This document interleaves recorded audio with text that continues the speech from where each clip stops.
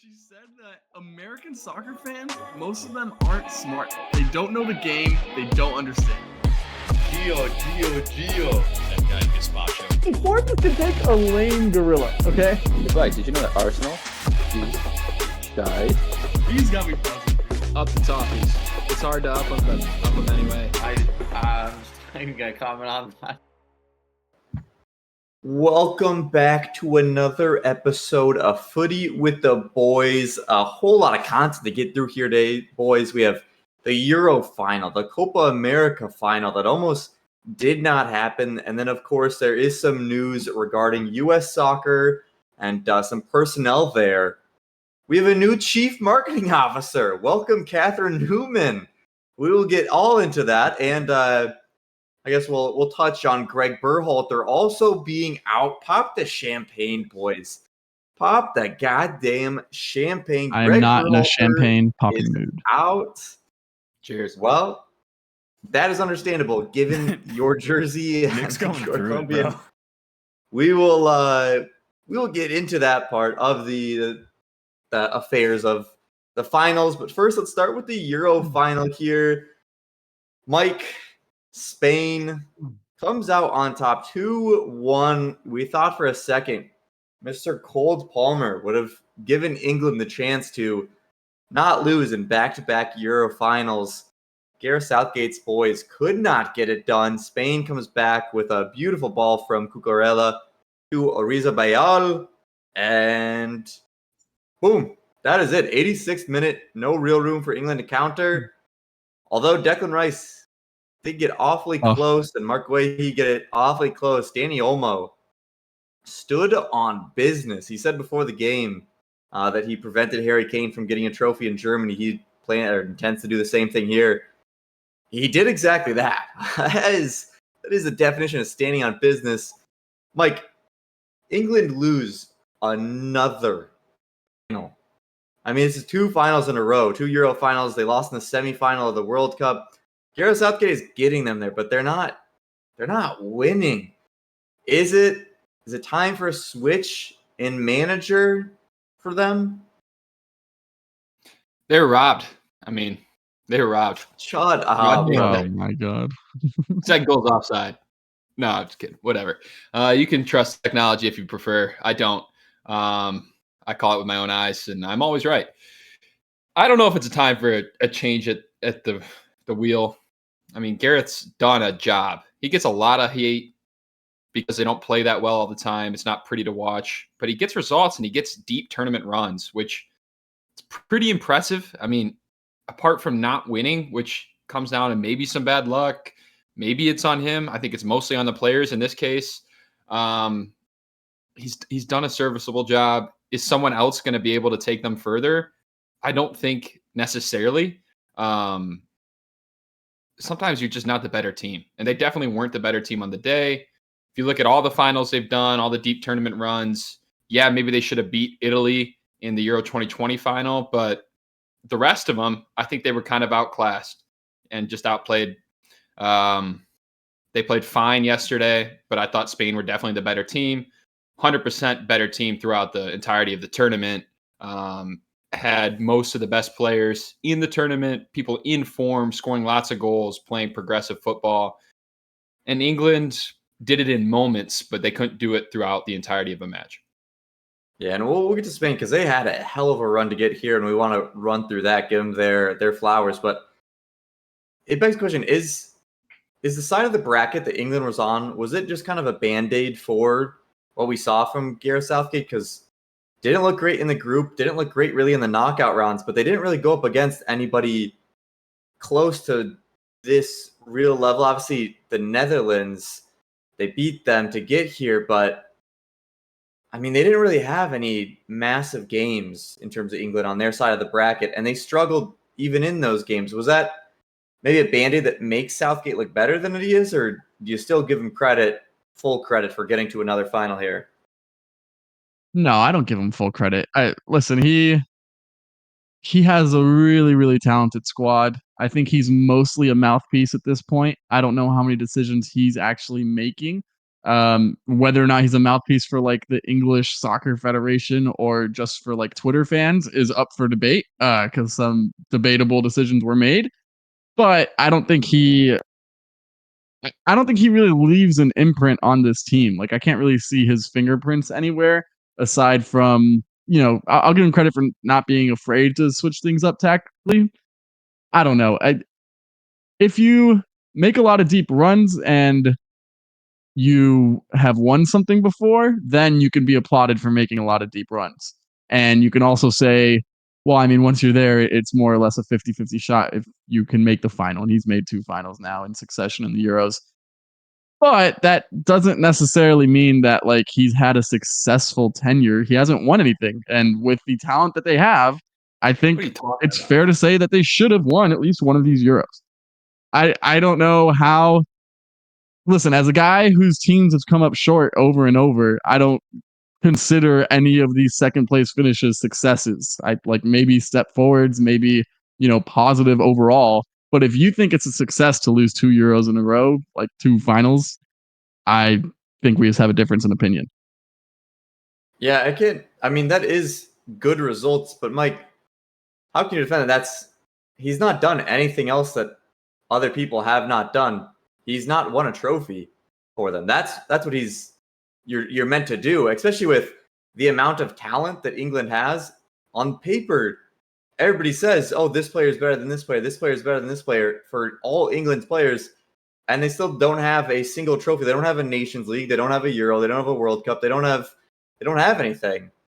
I mean, yeah, he's getting to the finals, but if you're losing all the finals, losing in the semifinals, that's no difference than losing in a knockout stage. Just any So game. there's only one team in the world that's successful every 4 years or every 2 years. I mean, there's a lot of great teams out of there. There's a lot of great teams that won nothing. I mean, Belgium's won nothing. France, they haven't made a Euro final. Look how good France is. You think Belgium's a success? Hasn't made a Euro France final. France won so many things. That's so different. They made the Euro final. They made the Euro final against Portugal in 2016. That's 8 years ago. Yeah, and then they've won the World Cup. And they lost to Portugal. And that Portuguese team was way worse than them. Like, okay, we have to hold the same standards for all these teams. Success. They've won they won a World Cup. Standards, Mike. They have won. England has not. What are you talking about? Also, would you consider Belgium a success? Successful in Belgium is not at all successful. Belgium's definitely not a success.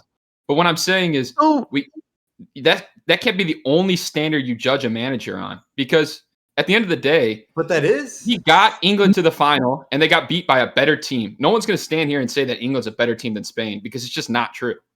Spain, I think you can argue that with player talent, they can go blow for blow. No one's going to say they're better, but you just line up players. I think talent-wise, you can say, all right, they got Yamal, we have Jude. Okay, they have Rodri, we have Rice. Okay, they have Nico Williams, we have Saka, and Saka wins. So I don't think you can say, and especially at the striker position, you would theoretically take Kane over Morata every single time. So, and it's not just, if this was his first 2-3 years and he made it to the final, I wouldn't be calling for his head, but he's been with the same group for a while now and he's proven that he can't get it done. So how many more opportunities are you going to give him? How many more years of this current roster are you going to waste on hoping that he can figure it out? Because he doesn't have any new ideas, really. It's just his all-time leading goal scorer is deteriorating quickly. It feels like he looked horrible. And yes, part of that is the decision he made to not have runners off of him and try to feature Phil Foden, who 007, 0 goals, 0 assists, 7 games, was awful in this tournament. And so he's responsible for that. He has all the talent in the world, and he's responsible for not achieving to what the level that he could with the roster that he has. I think it's an impressive what he's done. He's gone to semifinals, he's gone to finals, and they've been consistently contenders. But realistically, on paper, that's what they should be. And success for them at the outset of every tournament, based off of their talent, based off of what they can do, is to get a trophy. And yes, that is a hard expectation. There's not many national teams that you're going to say are very successful. You say a team like a France who won a World Cup. You say a team like Spain who just won the Euros. You say Argentina. It doesn't have to be, 12 different teams are successful in what they do. you do have to win trophies. That is the ultimate goal. And if you're not to hitting be your fair, goal, then that's not a success. And to be fair to Mike, there is varying levels of success, right? But who would you say had a more successful summer run, Colombia or England? I'd say it's pretty equal. See, that's crazy because there's not the same amount of expectations on Colombia. It's the first run for Néstor Lorenzo, and their talent does not dictate that they should be in a final. So I don't know how you can call that it is an equally successful. I think Colombia was much more successful, and that still doesn't mean they achieved what they wanted, because what they wanted was to win, and they didn't. Well, there's a lot of context things. I mean, Colombia's on the hottest run in the world. They 20-something games unbeaten. They're playing in an easier competition. They're playing in one less stage of competition. They go straight to the quarterfinals. Don't have to play in a round of 16. I mean, Uruguay is better than every team that England played except for Spain. They're better than Netherlands? Maybe? Yes. I think they're about level. But regardless, neither of them won the trophy. So I wouldn't say that Néstor Lorenzo and Colombia are coming out thinking, oh, that was such a great success. And England should not either. And England came in as the one of, if not the favorite of the tournament. So if you come in as the favorite or one of the favorites of the tournament and you don't win, you can't say, hey, you know what, we made another final. That's a success. That's just not what success is. You have to finish the job. Definitely not a success, but I think Gareth gets a lot of slack and hate, and I think it's been a relatively successful term at manager, especially compared to some of his past managers in the England shirt. I mean, they're coming off a 20-year historic bad run where they didn't make any sort of deep runs in tournaments, and now he's done it for a decade straight. I mean, he deserves some sort of credit. I mean, certainly some credit, but to say he had a... Or do you think it's time? He said it himself, right? If he doesn't win it. I get it, but who's going to do it? All right. Well, that's what you're trying to find. Well, listen, let us know in the comments where you guys are on this debate. Is Gareth Southgate a success? Has he not done enough because he has not won an actual trophy for England? And should he stay for the World Cup here? I believe the reports are that England does want him to stay, although Paul Tenorio did say that Matt Crocker may be interested in bringing him over to the U.S. side if he is not staying with them. So we'll take you, Gabriel. Maybe cross our fingers. But boys, let's get over to what is another final, the height of American soccer, but also kind of the lowest of the Americas here. The Argentina-Colombia final in Hard Rock Stadium in Miami. It ends with Argentina being our 1-0 winners in extra time. Colombia falling after being on the longest active winning streak in world football. Obviously, disappointing Nick here. Nick has now had a rough year with second in Copa America, his 49ers losing in the Super Bowl, and also his Gunners of Arsenal also getting second in the Premier League. So please keep Nick in your thoughts. He's, as a sports fan, it does not get much more gut-wrenching than that one. But Nick, as gut-wrenching as that is, there was also a lot of, I don't know, just maybe queasy feelings in the guts as well because of the start of this game. Before it started, actually, the stadium was a mess. People were trampling over others to get in. People were jumping fences. It was an absolute mess in this one. It was an absolute mess. They went on with the game, which was somewhat surprising here. Listen, we will get into kind of more of this debacle at the start here, Nick. But they did go through with the game, and it seemed Colombia and Argentina, with a wildly packed crowd, had some energy in this one, and they were giving absolutely fucking everything. This was a street knife fight. This was Copa America, and it was a good one. Messi getting injured in this one. Some real strong performances from individuals in this one. But Nick, what did you think from a Colombian side, from just a fan of the game side here? Argentina 1, Colombia 0. Yeah, I mean, obviously it's tough. You guys sent me some condolences in the group chat. I declined to respond. In my own feels, needed a couple hours to recover. A pretty shitty cap to a pretty shitty sports year for your boy. So looking forward to new beginnings. Argentina, they have the pedigree. They've been at that stage before, and I think it showed in this game because I didn't think they were particularly that great. I think Colombia's been the best team in the entire tournament, but I don't think Colombia looked particularly that great yesterday. They had a couple chances. Argentina had a couple chances. Maybe you could argue that Argentina had like one or two more chances, but I think it was a pretty even game throughout, and guys just playing balls to the wall and like leaving everything they absolutely could out there. So it was a game of passion. It was a game like bred in South America, and it was not even enjoyable to watch for me just because I was such a ball of nerves. But I imagine it was a spectacle for a lot of other people. So I think at the end of the day, they've been there before. They've gotten big results, and they deserve to win. Colombia, I can't really fault our players too much. The biggest guy who deserves blame maybe is Daniel Munoz for the stupid red card he got versus Uruguay because he could have definitely helped this game. It sucks that Lukumi got injured in the first game. I think he could have helped too, especially the way the goal went in with a bunch of individual mistakes from Colombia. And yeah, I mean, maybe Nestor Lorenzo, he really went for it with his 3 subs at the halftime of extra time. He wanted to get the win there. I don't think penalties favored Colombia with Emi Martinez, obviously. So he went for the win. I thought it was the right call, and it backfired. So I can't really fault them. They put everything out there. The guys were exhausted. Maybe leave Lerma out there. Maybe leave Richard Rios out there. But I mean, they were so just gassed. You know what I mean? So they at the end of the day we lost, and I guess they deserve it. It does suck that I hate just about every Argentinian player outside of Messi, and I used to hate Di Maria, not really anymore. But oh my God, Christian Romero is my least favorite defender in world football, who I actually think had a good game, but I despise him. He's a thug and an idiot, and does not actually know what defending is, but better on the ball than people give him credit for. I mean, little Lisandro Martinez looks like the most annoying kid that you went to school with. Just like you hated him because he thought he was the toughest man alive, and in reality, he's a midget. So you hate that guy. But like I said, I can't be. I'm just more sad than upset or anything. It's disappointing, but you can't really say that Argentina didn't deserve it at the end of the day. So congratulations to them. I love all the boys in the Colombian jersey, and we go again. Yeah, I mean, it's certainly disappointing because Colombia, I think you would say throughout this tournament, has played the best ball.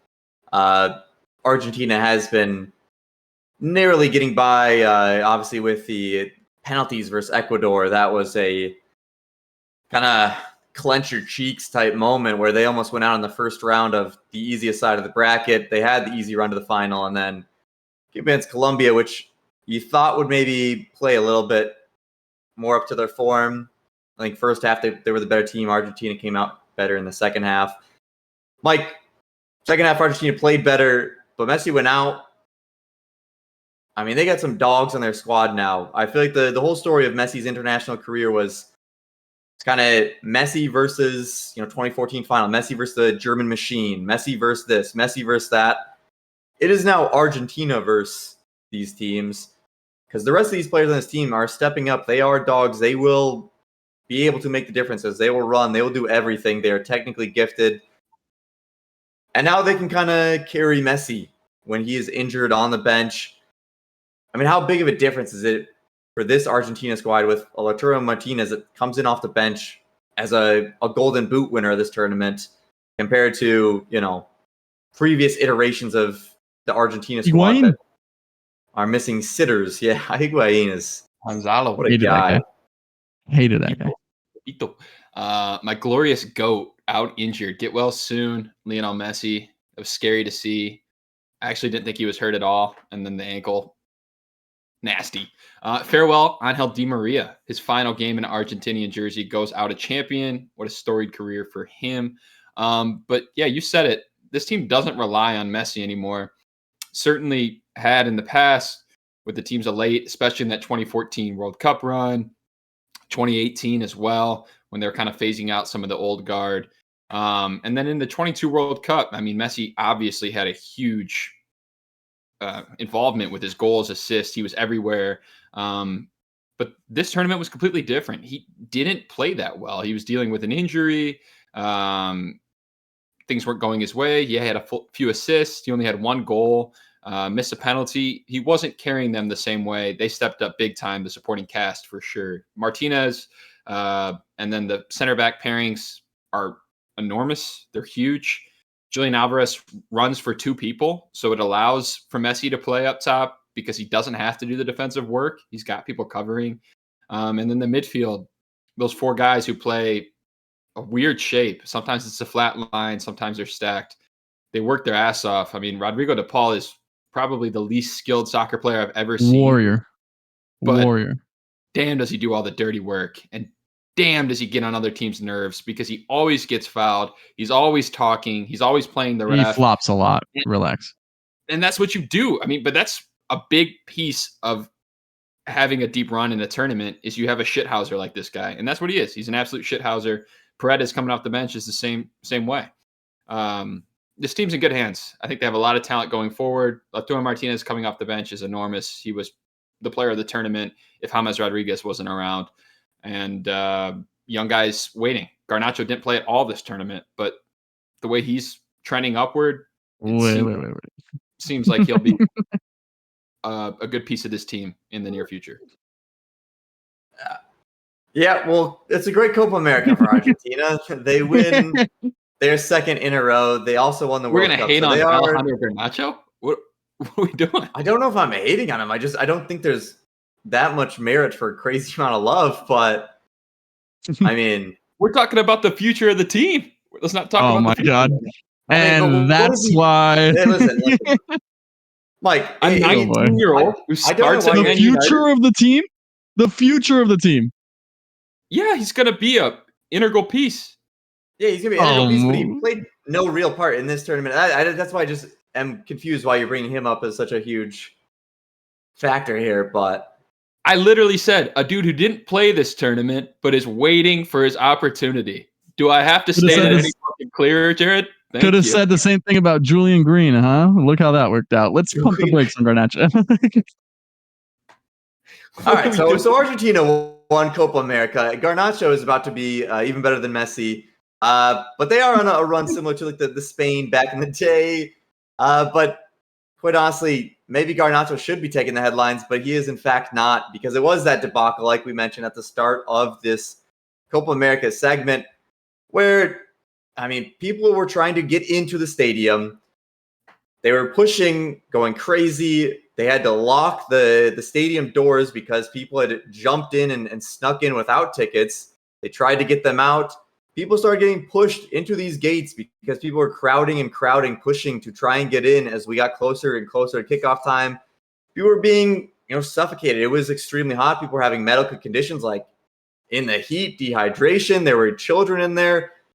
So they decided to open up the doors. And that does allow everybody to go in without any type of security check, without any type of ticket check into the stadium. They get an entirely full stadium where there are people covering every single row, every single seat, not enough space for people to be even sitting in the stadium, and a majority of them not with tickets. These tickets, once again, the lowest ticket was about $1,700 to $2,000. So obviously that's not going to go over well with fans. Was a very scary scene. People were going in through vents. People were going in over the gates. People were going in just about any way you could possibly imagine. It was a absolute mess.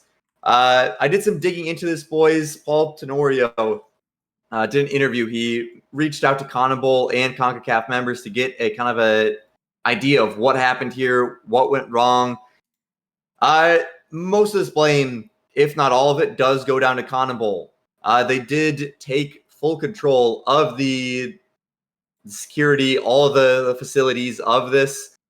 They did not take into effect what FIFA has already laid out for the standards for the FIFA World Cup. So if you are worried about the FIFA World Cup being held in the US, there are completely different standards because FIFA are the organizers of that. CONMEBOL decided not to take any of that into account. I guess in the Mercedes-Benz arena in Atlanta, there were similar situations where security was going a bit crazy. Obviously, not as crazy as this in their first Copa America game there. Then USSF came in, said, hey, listen, let us take some control of this. Second game went significantly better for them there. This won the final. They did not, once again, listen to any type of support from outside considerations. Once again, that would take away from their hosting abilities. And it went to shit here. It was absolutely shit. A lot of blame to be placed on this one. Security did not do a good job. People jumping into the stadium are at blame. CONMEBOL is at blame. And really everybody at that stadium is to blame because I don't think anything was handled well. I don't understand how you go through with a game here. But from Paul Tenorio speaking with CONCACAF official, they had zero control of this. Well, CONCACAF is not Everyone's at all to blame except USA. No, I'm saying, Nick, this is from the actual representatives. CONCACAF had zero control because this is obviously not their federation, and it's just teams from their federation in it. U.S. Soccer was not the people in charge of any of the security details on this. They offered to help because they did the Copa America in 2016, the Centenario. That one a much different situation because they were the ones funding it, so they got 80% of the revenue. They got 80% of the control of it. Therefore, they could do all of their own things. This time, CONMEBOL was fully in charge like a normal tournament. Did not go over well. The CONMEBOL official said that they were fine with the security they had, that they didn't see it as an issue in Atlanta. They didn't think it would be an issue here in Hard Rock. Obviously, it was.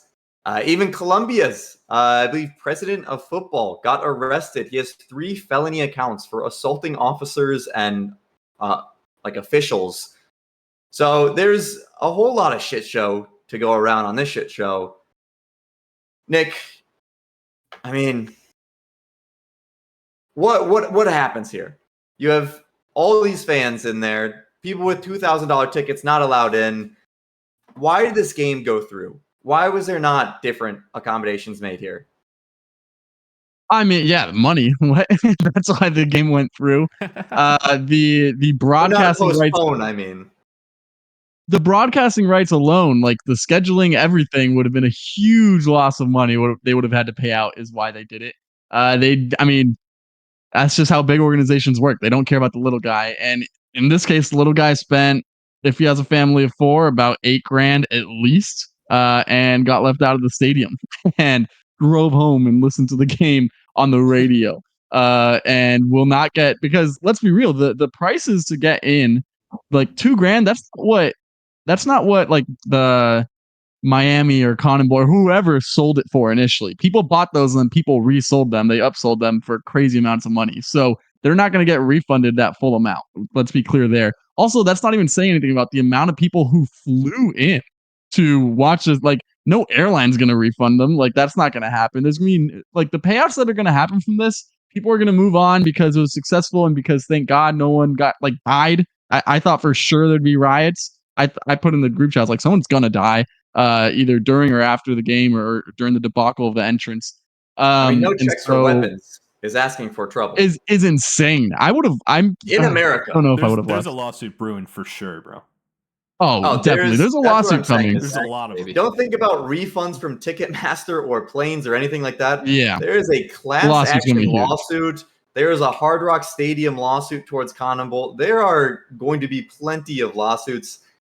It is going to be a lot of action here. Again, just one more time.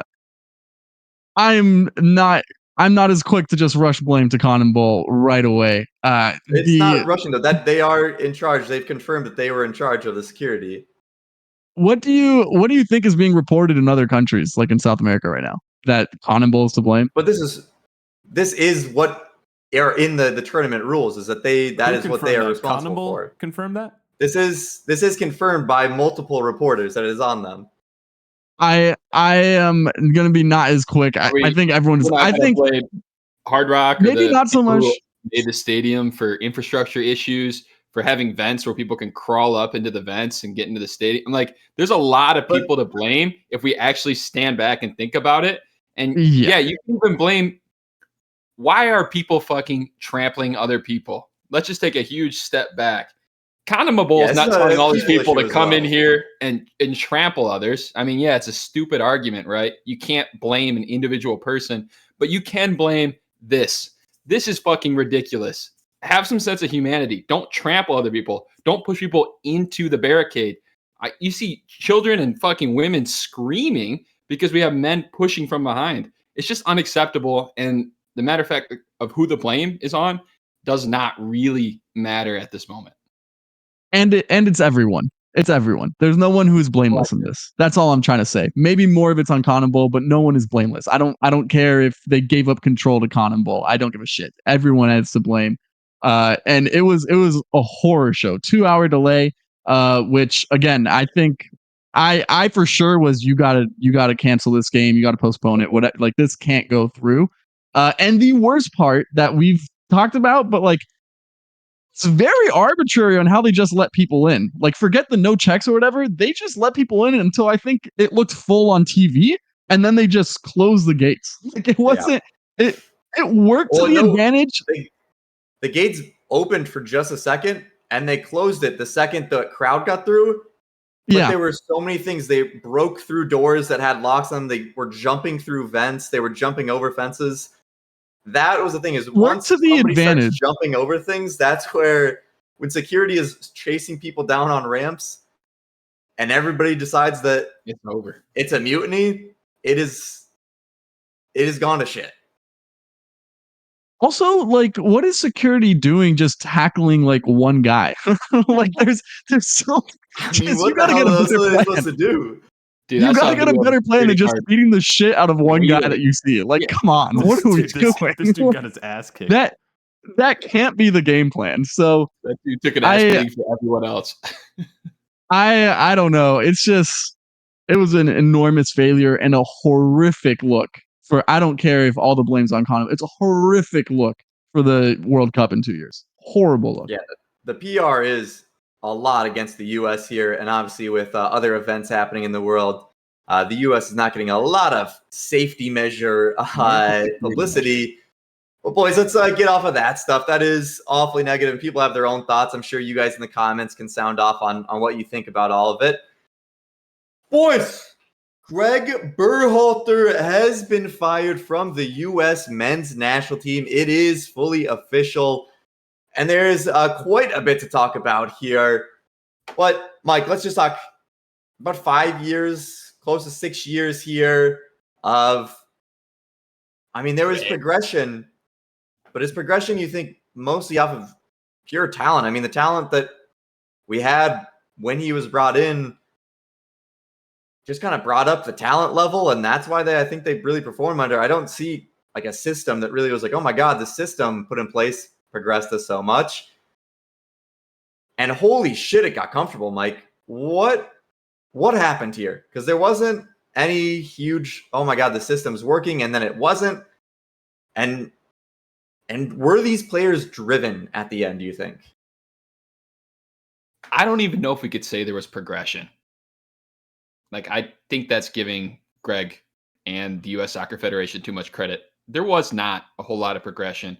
From Bruce Arenas till now, you could say that, but Bruce Arenas was a fucking regression. And then we got back to where we were with a lot of the teams in the early 2000s, mid 2000s, etc. We didn't achieve anything more than those teams of late. So I can't call it a progression. Sure, the player pool might have got a bit better. Some of these guys are playing abroad. Maybe Craig gets some of that credit. I don't think he gets most of it. I mean, to be fair, most of them were already playing abroad when he came in. They were just young playing abroad. You didn't tell Christian Pulisic to go to Dortmund, I don't believe. But maybe. It's good to hit. Christian Pulisic had already made caps and was at Dortmund, so I can confirm no. Hey, maybe he's pulling the strings. It's good to see Gregg gone. It needed to happen. It's about damn time it happened. And now we need to make a big boy hire. Still yet to see what that's going to be. If we can trust the Federation, I'm thinking not. But this is time to prove it. This is time to show something. Yeah, I mean, it's certainly a lot of pressure on USSF. So you have 50% of the problem down, Mike. You have the guy that seemed to stagnate this pool. this quote unquote golden generation, this talent pool that are at all these huge clubs and have these big names and huge contracts. But Nick, that's not 100% of the problem. You still have to hire somebody, and even when you do hire that person, players have to not be players. They have to be a fucking team. I mean, these players individually are career-wise at high levels, but as a team, has it been any different from former teams? What do you need to see? Jesse Marsh had a comment about the U.S. Soccer Federation that does not seem that we should have too much faith in them. He was asked in an interview, and it seemed like he was fucking waiting for this one. They T-ball, softball, whatever you want to call it, to him. A question, he said, I would not take the U.S. men's national team job if it was offered. I am staying here. Quite honestly, even if I did not have this job, I would not take a U.S. job until there are massive changes in that federation. Obviously, kind of comes off of Jesse Marsh, according to Brian McBride on their podcast on CBS, said that Jesse Marsh essentially knew that he had gotten the U.S. job. Agents were reaching out to Brian McBride, telling him, yeah, like, we know that Jesse Marsh has got it. Congrats on getting your guy. And then Gregg Berhalter's rehired. So Brian McBride said something about integrity within the U.S. Soccer Federation. Jesse Marsh shits on them. Seems to be an issue, Nick. How much faith do you have in them to get a good hire? Matt Crocker has said some quotes about you want a serial winner, quote unquote. He wants the best manager, not a domestic only manager. Where's the faith level? If you had to put a rating, 1 out of 10, how much are you believing in them to get it right?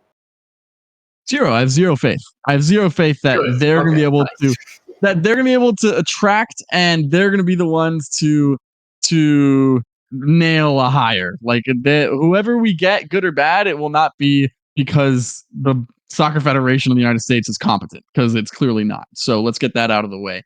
There are rumors that certain people are interested in, which we'll get to that later. I don't think they're interested in it because of the U.S. Soccer Federation, if I'm being honest. I think they're interested in it because of the perceived talent of the player pool, and because the United States would be a pretty great place to live for the most part. So, unless you're the former president who's getting shot. But for the most part, pretty good. Didn't know if we were going to mention that on this one. So, we got to get it in. But listen, I don't even give a shit about that right now, because firing Gregg does not solve everything. I think even hiring the right guy doesn't solve everything. Personally, I'm done giving a lot of these players the benefit of the doubts, and I'm starting to look at this squad as a squad with a lot of holes, this player pool with a lot of holes.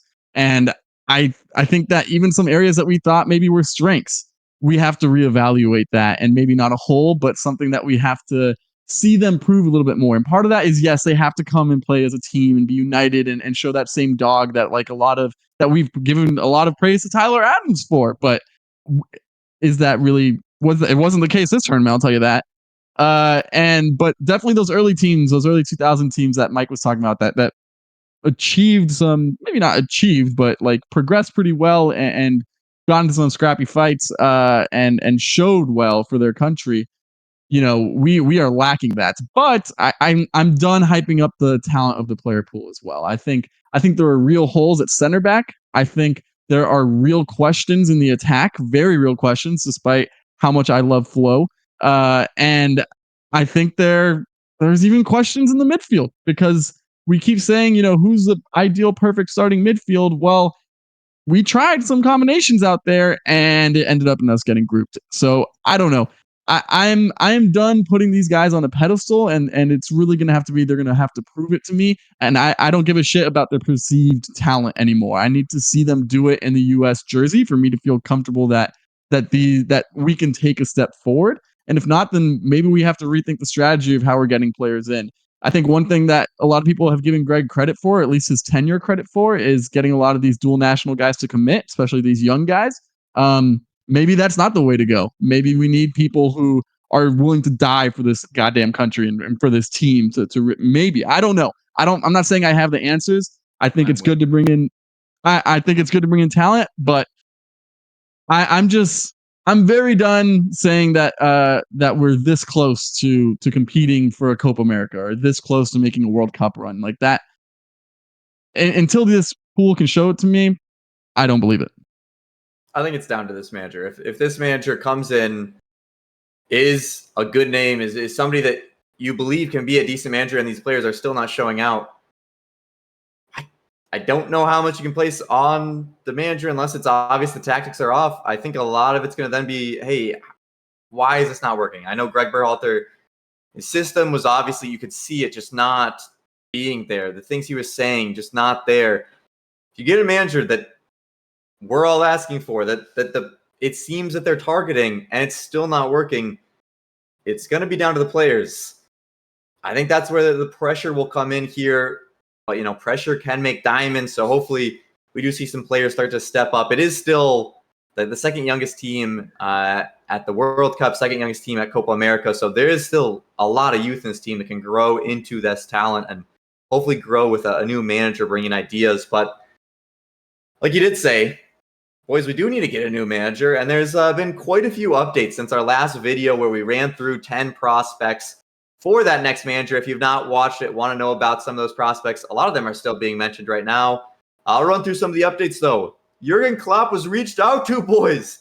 U.S. Soccer making a big move, and then immediately shut down. Immediately said, nah. Dude, you must have been laughing on that phone call for sure. He said, I retired. I want a break. Why would I immediately come back, have to immediately set up an entire national team, and have to get right back into it? But God damn it would have been nice if he said yes. I tell you what, that would have been a hell of a hire. I'm happy he turned it down. I wouldn't say I'm happy he turned it down. I think it's a wild take to not want Jurgen I'm Klopp, happy he turned it down. I mean, I've been borderline idiotic. I've been sitting on this take. I don't want Klopp as the U.S. manager. I don't care if I get shit on. I'm glad he turned it down. That's a god-awful take. People in the comments, let him know that not wanting Klopp as a coach is something else. But I want a proven international man. Okay. I like that. We don't take the best manager. We just want international. You may want this guy, though. This is the latest rumor is Luis de la Fuente, the Spain manager who just won the Euros. His representatives reached out to USSF, said that he is interested in the job. Boys, this one, you may be shocked as to why he is doing it.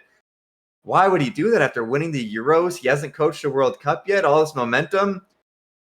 I mean, there's smoke, there's fire. There is a reason he's getting paid not so much by Spain. And this is most likely a ploy to get more money. He said, hey, on the day before the final, I'm going to reach out to U.S. Soccer Federation to say I'm interested in their job. Yeah, okay. If it is true, wonderful. He has won with the U19. He's won the U19 Euros, U21, and now the actual Euros and the Nations League. So he is a proven international manager who has won quite a bit. But if we're reading between the pretty obvious lines here, he's just looking for a bag and an upgrade in his pay. He also said in his press conference after the game, maybe now they'll see my value. So, I mean, listen, Jurgen Klopp was a stretch. This one is also looking like it would be a stretch to think he's truly interested. But another Spaniard actually is interested, and it is Rafa Benitez. He has some experience coaching Luca del Torre at Celta Vigo. Obviously, that season did not go too hot. Also did not go too hot for our Toffees, Mike, in his recent stint with them. No. But nevertheless, he has won a Champions League with Liverpool. He has coached at Real Madrid. He has been involved with academies at the highest level. And he is supposedly reaching out to USSF and wants this job, wants to take this step in his career. He's 64 years old. But is it a good hire? I mean, he's a gigantic name.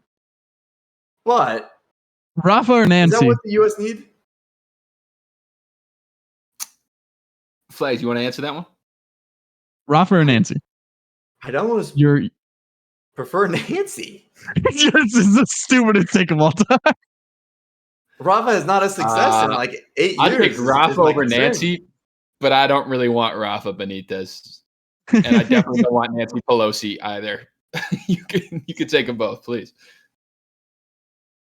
Yeah, You take Rafa over Nancy. I would not take Rafa over Nancy. You have to. Are you kidding me? No. He's a great God. manager. Was a great manager. Hasn't He done was much. a great manager. Recently. That concerns me. As Nick had said, no international experience, which you can teach an old dog new tricks, or maybe you can't. I don't think Rafa Benitez is good for this job. So I am more of a Wilfred Nancy believer than most. I will say he's not my first choice. I do want a lot of other people. I want Yogi Love as my maybe first choice. And, there are a few between. I will say Irvin Nard, I've cooled on quite a bit because I've seen he's had about 14 jobs in 20 years. So he's never really been sticking around too long. And that is a little concerning to me. But then again, Why we do him for 2 years. Why do you want him to be there for 6 years? Like that, things will go He's never stale. had sustained success. He's had success in random spurts, but it's never been sustained. And he's had a lot of unsuccessful trips. Give me a 2026 World Cup random spurt of success, and that's all I need. Seriously. I know, but relying on a random spurt of success out of he's gotten grouped And with this- Morocco, I don't know. It's just I'll take it over 6 This, years. by the way- with Gregg Berhalter, dude. Come on. By the way, anybody at this point is going to be better than Gregg Berhalter that they're going for. So I Knock wouldn't on say, wood. I'll take him over Gregg Berhalter because no shit. But I wouldn't say This, by Irvin the Nard's way- my favorite choice at the moment. This, by the way, is exactly why you saying that that it's going to be on the players if they make a good hire is wrong. Because you're going to find a way to blame the manager at every turn because you're in love with this young group of players. there's I can't be critical of the coaching candidates. I can't say anything no, negative but about you them. should be critical of the players. I am critical. I think Weston McKennie needs to find a job that he can actually play at. I think Gio Reyna needs to actually get play time. I think Yunus Musa needs to solidify a starting spot. I need so much of this stuff. I need Tim Weah to get replaced by somebody with more talent. But I mean, I am still critical of some of these managerial candidates, and rightfully so. Listen, Renard would be a home run hire for the U.S., so you can cool on him if you like. But again, he has proven he can succeed at an international level. I would take Rafa over Nancy in a heartbeat. Rafa actually plays, I think, a style of football that is pretty suitable for it's not super tactical. It's a lot of really free flowing. So I'm not saying that he'd be a success. I don't want him at all. Like I said, the number one thing I'm looking for is, have you won something at an international level? That should be the first filter on this job. Find those guys, get them in here. You should be able to get one. And if not, then you go down the list. But I would put Rafa over Nancy. Gonna be a hell of a couple months. All right, it's gonna be a hell of a couple months. Don't know his name. Let's keep checking in on our mental state of our manager. Let's close off with our favorites for the U.S. manager. I kind of already let it slip. It is Yogi Love for me. Would love to see what he did with Germany come to the U.S. He had a hands-on approach of the entire system and just wonderful control of that national team to get them to a World Cup. You can't get much bigger than that in terms of international manager. Nick, who is your preferred choice at this moment? Yeah, I'm not gonna say my preferred, because I'd take De La Fuente. What are you saying? In a heartbeat, but that's not real. So I would say Herb Renard is still my guy. I do think he is gettable, and I think he is the best of the gettable options. All right, Mike. Give me Lionel Scaloni. Final answer. Yeah, okay. I'll take him. I mean, he's won a few things. There is a Lionel Scaloni and a Luis De La Fuente approach that neither of them coached national teams. Neither of them coached club teams, really. They just coached youth teams and then took over their national team and it had success. So international football, in terms of managing and the ones that have success, is not necessarily an easy blueprint to follow. However, God damn it, I just want a big name that I can really get behind. And especially in the U.S., we need that so bad. We need somebody with a personality that can have an effect on bringing hope around the U.S. going into the U.S. 2026 World Cup, that we can have some top-level faith in.